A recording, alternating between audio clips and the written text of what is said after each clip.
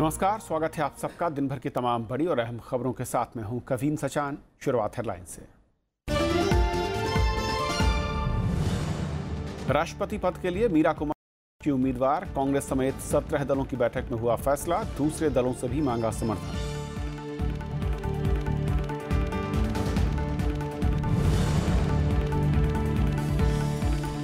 पाकिस्तानी सेना के हमले में 2 सैनिक शहीद, पुंछ में गश्त कर रहे जवानों पर निशाना, एक घुसपैठिया ढेर, पुलवामा में मारे गए 3 आतंकी।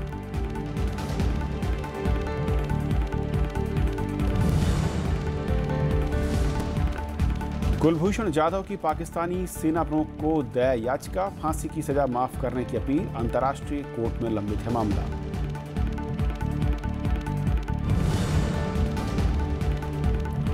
ठाणे में रक्षा मंत्रालय के भूमि अधिग्रहण के खिलाफ किसानों का प्रदर्शन, पथराव और आगजनी, महाराष्ट्र और मध्य प्रदेश में 2 दिन में 6 किसानों ने दी जान।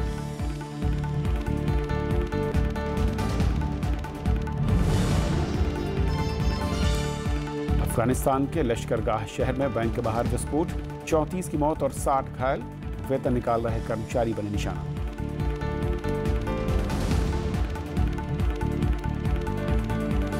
और आइए देखते हैं पहली खबर।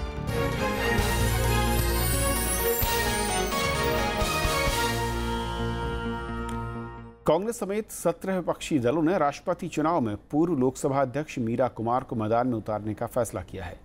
बैठक में कांग्रेस अध्यक्ष सोनिया गांधी ने इसका ऐलान किया। अब मीरा कुमार का सामना एनडीए उम्मीदवार रामनाथ कोविंद से होगा। राष्ट्रपति चुनाव के लिए विपक्ष का उम्मीदवार तय करने के लिए गुरुवार को कांग्रेस अध्यक्ष सोनिया गांधी की अगुवाई में विपक्षी दलों की बैठक हुई। इसमें 17 विपक्षी पार्टियों के नेताओं ने शिरकत की। बैठक के बाद कांग्रेस अध्यक्ष सोनिया गांधी ने मीरा कुमार को उम्मीदवार बनाने का ऐलान किया। I one and all the 17 political parties who met here today in the afternoon and have unanimously proposed the name of Shri Meera Kumar ji. बैठक में एनसीपी अध्यक्ष शरद पवार ने मीरा कुमार, पूर्व केंद्रीय मंत्री सुशील कुमार शिंदे और भालचंद्र मुंगेकर के नाम का प्रस्ताव रखा। वहीं सीपीएम महासचिव सीताराम येचुरी ने गोपाल कृष्ण गांधी और प्रकाश अंबेडकर को उम्मीदवार बनाने का सुझाव दिया कि इस पर विचार करिए, ऐतिहासिक भूल नहीं करना चाहिए, गलत नहीं होना चाहिए। गलत निर्णय हो गया है आप लोगों का कि अगर कोई इनसे बेहतर और इनसे ज्यादा योग्य कैंडिडेट आता है दलित समाज से तो वो सपोर्ट करेंगे। आज उन्होंने अपनी कंसेंट जो नाम आया उस पे दी। On a name where everybody agrees, we should choose that name, and the name on which everybody agreed without any hesitation whatsoever was Shrimati Meera Kumar. आखिर में विपक्ष ने सर्वसम्मति से एनडीए के उम्मीदवार रामनाथ कोविंद के मुकाबले मीरा कुमार को उतारने का फैसला लिया है। मीरा कुमार लोकसभा अध्यक्ष और केंद्र में मंत्री रह चुकी हैं। राजनीति में आने से पहले वो विदेश सेवा में रही हैं। उनका जन्म मार्च 1945 को पटना में हुआ था। वो स्वतंत्रता संग्राम सेनानी बाबू जगजीवन राम की बेटी हैं। कृति मिश्रा, राज्यसभा टीवी। और ये सुनते हैं कि उम्मीदवारी पर मीरा कुमार ने खुद क्या कहा। Based on the cherished values and principles and ideologies. These are social justice, inclusiveness. और मीरा कुमार की उम्मीदवारी पर और बातचीत करने के लिए हमारे साथ जुड़ रहे हैं कांग्रेस के वरिष्ठ प्रवक्ता डॉक्टर शकील अहमद साहब। शकील जी, स्वागत है आपका। जिस तरीके से रामनाथ कोविंद साहब को जब एनडीए ने उतारा, धन्यवाद, तो लगातार विपक्ष में एक सुबगाहट थी कि अब टक्कर में कौन आएगा, लेकिन ऐसा लगता है कि आप लोगों ने जो दांव चला वो भी अब इस पूरे मुकाबले को कांटे की टक्कर में बदलेगा।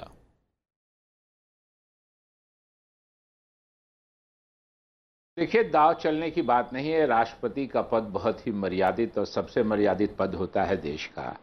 एक हम लोग आशा करते थे कि जो परंपरा थी कि सरकार पहल करके एक नाम पर डिस्कस करेगी और सर्वसम्मति बनाने का प्रयास करेगी, सर्वसम्मत प्रयाग का प्रयास करेगी, मगर सरकार ने ऐसा नहीं कहा। अंधेरे में रख करके कुछ लोगों से बात की, वो भी नाम की चर्चा नहीं की।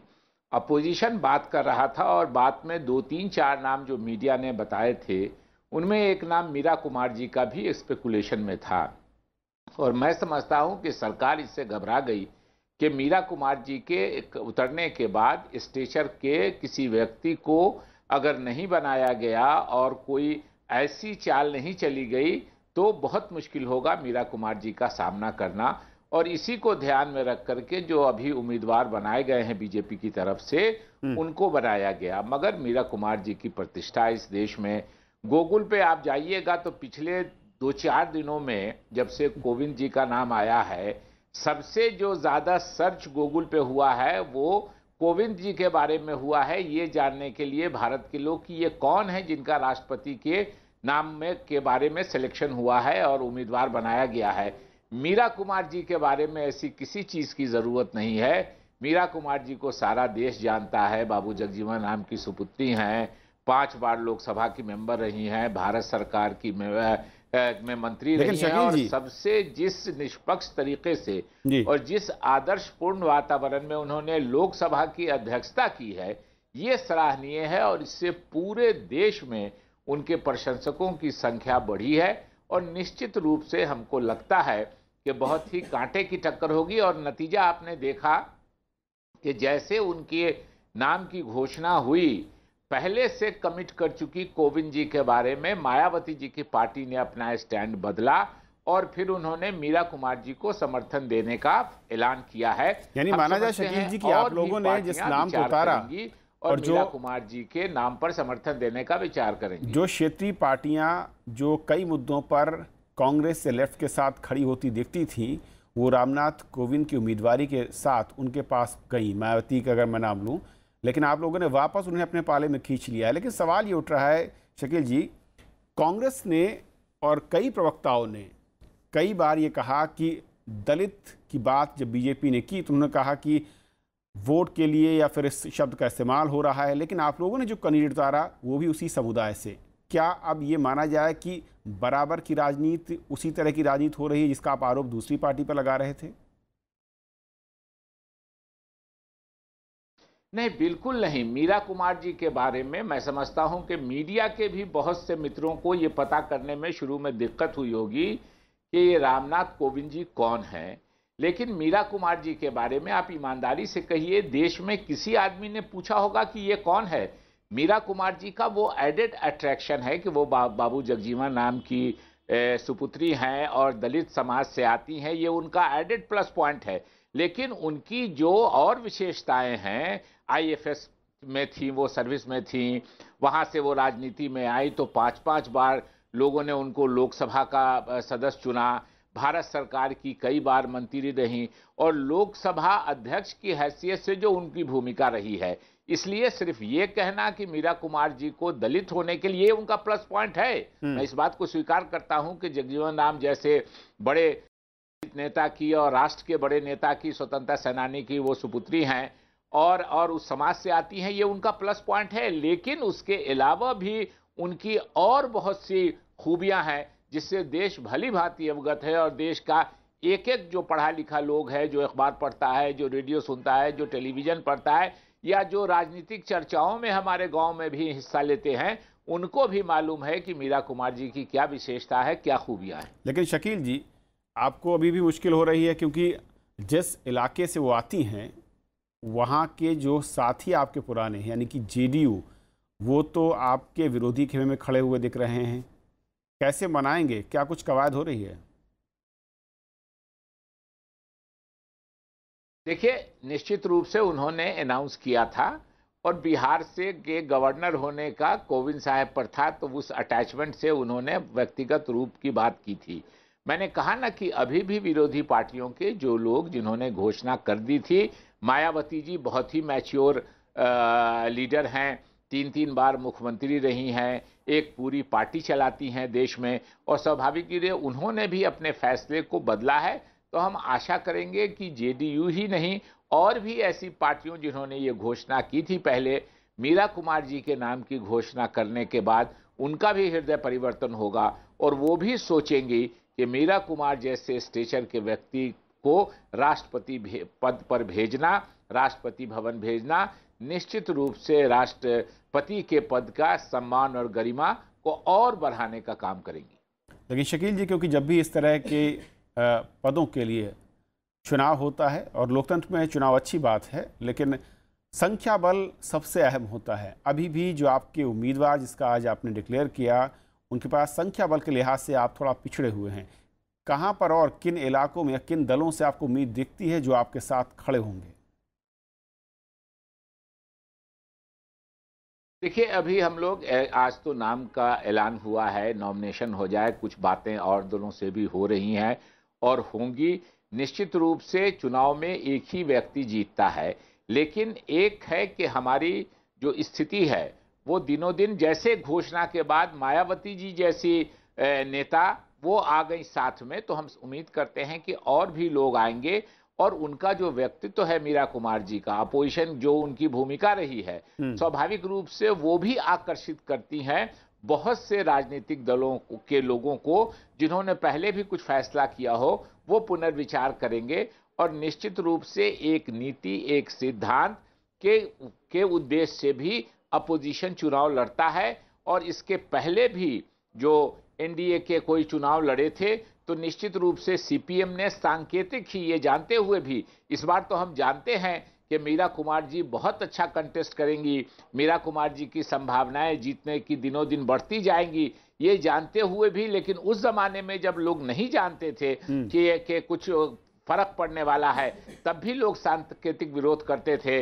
इसलिए कि हम नीतियों का भी विरोध करते हैं। राष्ट्रपति के चुनाव में आमतौर पर नीतियों को भी देखा जाता है और हम उन नीतियों का, जिनके लिए भाजपा आरएसएस स्टैंड करती है, हम उनका विरोध करते हैं। ये जो 17 पार्टियां एक साथ आई हैं और भी जो पार्टियां आई हैं, ये निश्चित रूप से आएंगी। ये निश्चित रूप से दिख रही है और भाजपा की जो बयान के बाद उसका विरोध भी आपकी उम्मीद का बढ़ना लाजमी भी है। बहुत शुक्रिया शकील साहब इस पूरे मसले पर हमारे साथ जुड़ने के लिए। और पहली खबर में फिलहाल इतना ही।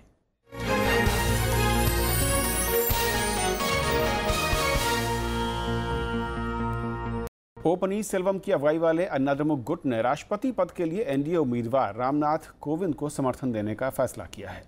पार्टी की आज हुई बैठक में यह फैसला लिया गया। बुधवार को अन्नाद्रमुक अम्मा गुट ने भी कोविंद को समर्थन देने का ऐलान किया था। इस बीच रामनाथ कोविंद आज पूर्व प्रधानमंत्री अटल बिहारी वाजपेयी से मिले। एनडीए उम्मीदवार रामनाथ कोविंद कल अपना नामांकन दाखिल करेंगे। और फिलहाल एक ब्रेक और ब्रेक के उस पार कुछ और खबरें।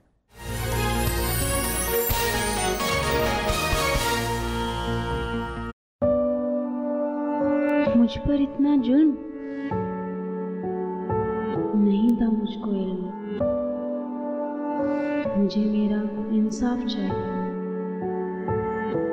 मुझे मेरा हक चाहिए। हो रहा जो मत होने दो, तो मुझे जीने दो, मुझे जीने दो। कन्या भ्रूण हत्या पर हमारी विशेष पेशकश, मुझे जीने दो, सिर्फ राज्यसभा टेलीविजन पर।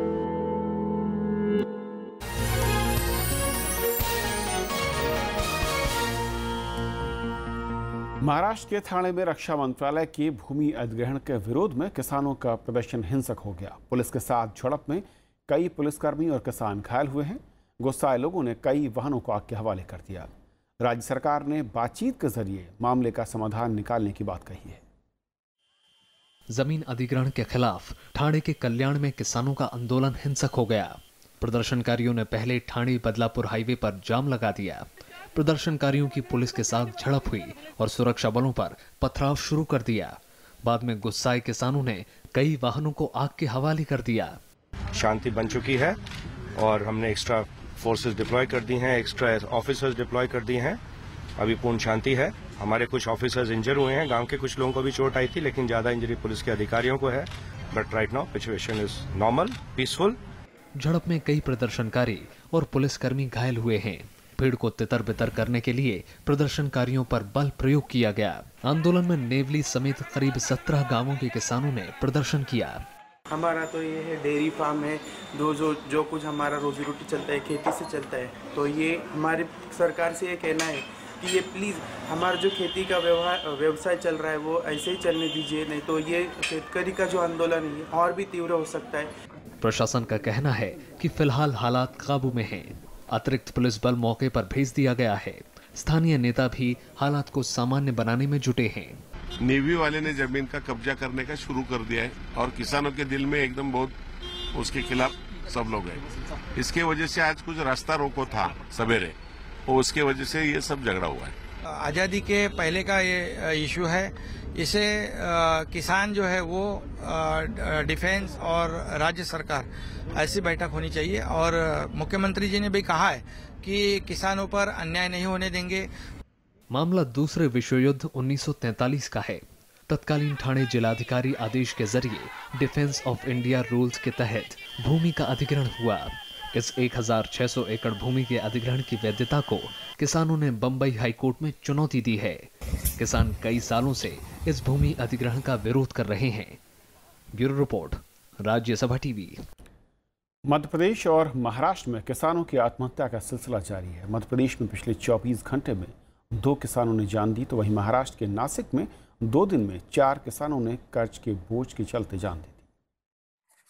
मध्य प्रदेश में पिछले 24 घंटे में 2 किसानों ने कर्ज के बोझ के चलते अपनी दे दी।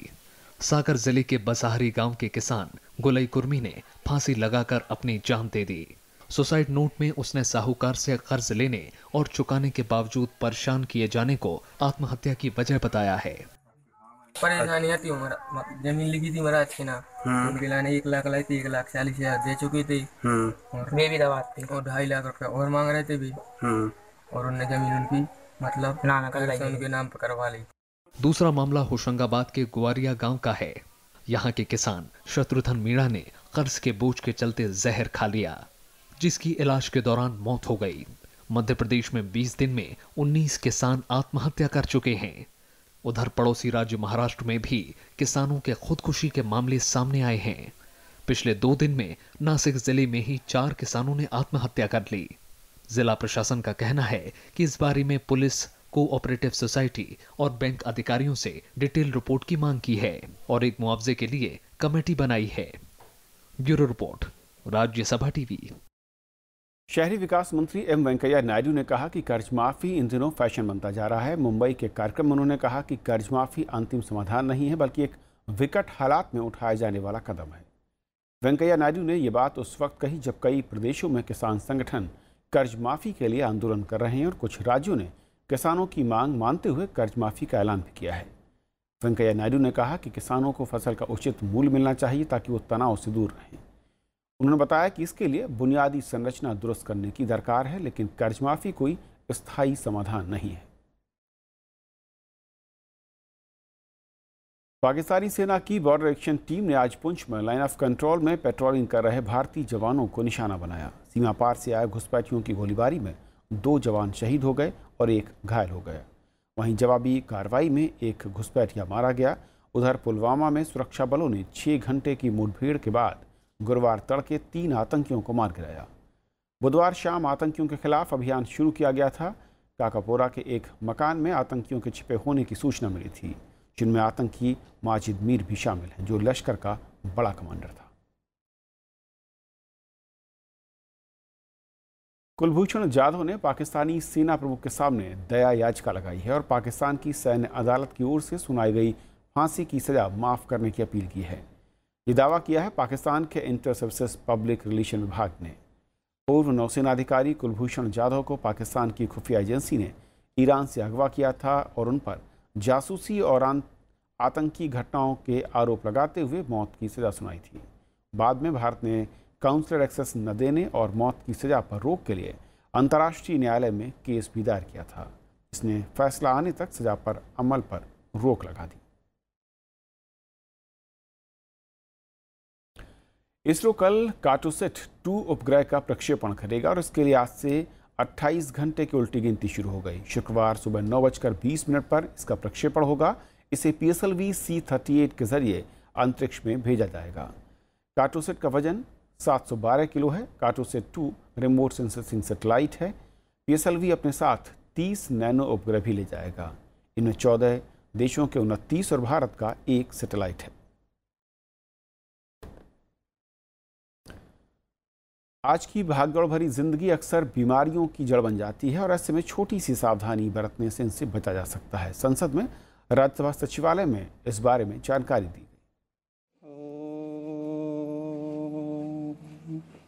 दिल्ली के मोरारजी देसाई संस्थान के योग प्रशिक्षकों ने राज्यसभा सचिवालय के कर्मचारियों को सेहत के गुर बताए। योगा मतलब क्या है? Union of body and mind को क्यों यूनियन करना? एग्जाम्पल, आप नॉर्मल चीज़ में आप ड्राइविंग करते हो, तो सब आप बॉडी और माइंड कंसर्न करेंगे, सब गाड़ी चल पाएंगे, नहीं तो एक्सीडेंट हो जाएगा, कुछ प्रॉब्लम है। ऐसे ही योगा में बॉडी और माइंड को ठीक रखने से हम हेल्थी रहेंगे। प्रशिक्षण के दौरान सवाल जवाब भी हुए। राज्यसभा के सचिव DB सिंह ने इस मौके पर बेहतर सेहत की सीख दी।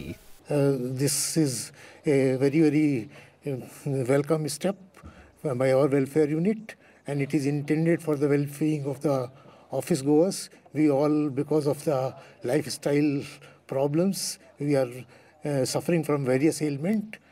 कार्यक्रम का आयोजन राज्यसभा सचिवालय की वेलफेयर यूनिट ने किया था। योग दिवस के मौके पर आज आयोजित इस कार्यक्रम में कई अधिकारियों और कर्मचारियों ने हिस्सा लिया। नवविक्रम सिंह, राज्यसभा टीवी। दार्जिलिंग में जारी बेमियादी बंद 8वें दिन भी जारी रहा। पश्चिम बंगाल सरकार की ओर से गुरुवार को बुलाई गई सर्वदलीय बैठक में प्रमुख विपक्षी पार्टियों ने हिस्सा नहीं लिया। TMC सरकार ने कहा कि जब तक हालात सामान्य नहीं हो जाते तब तक वहां से सुरक्षा बल वापस नहीं बुलाए जाएंगे। मुख्यमंत्री ममता बनर्जी की गैर मौजूदगी में संपन्न सर्वदलीय बैठक में प्रमुख विपक्षी पार्टियों ने हिस्सा नहीं लिया। CPM, कांग्रेस, BJP और गोरखा जनमुक्ति मोर्चा के शामिल नहीं होने के चलते बैठक में कोई खास बातचीत नहीं हो पाई। बैठक के बाद सत्ताधारी TMC ने कहा कि विपक्ष को साफ करना चाहिए कि वो अलग गोरखालैंड के पक्ष में है या खिलाफ।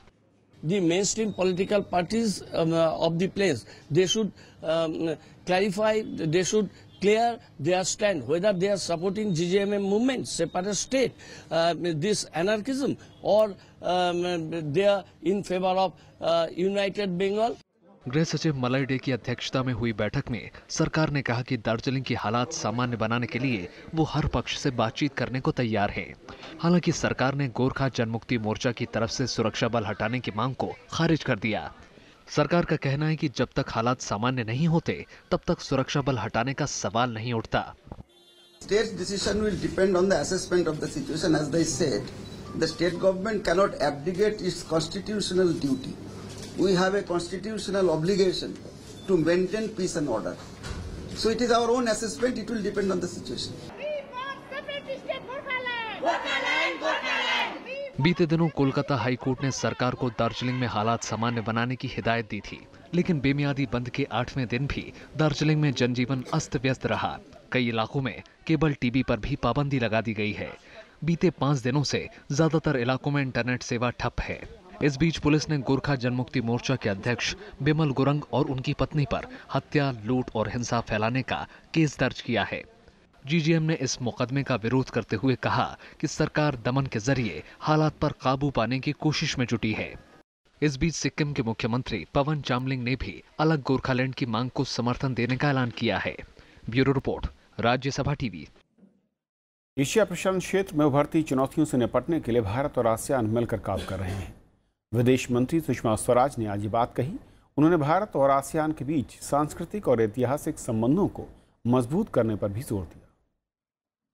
विदेश मंत्री सुषमा स्वराज ने आसियान भारत साझेदारी सम्मेलन में सहयोग बढ़ाने के लिए लिए जा रहे फैसलों की जानकारी दी। उन्होंने कहा कि 2 साल की धीमी रफ्तार के बाद भारत और आसियान के बीच व्यापार तेजी से बढ़ रहा है। विदेश मंत्री ने कहा कि जमीन के साथ समुद्र और हाईवे मार्ग से संपर्क के साधन बढ़ाने की कोशिश हो रही है।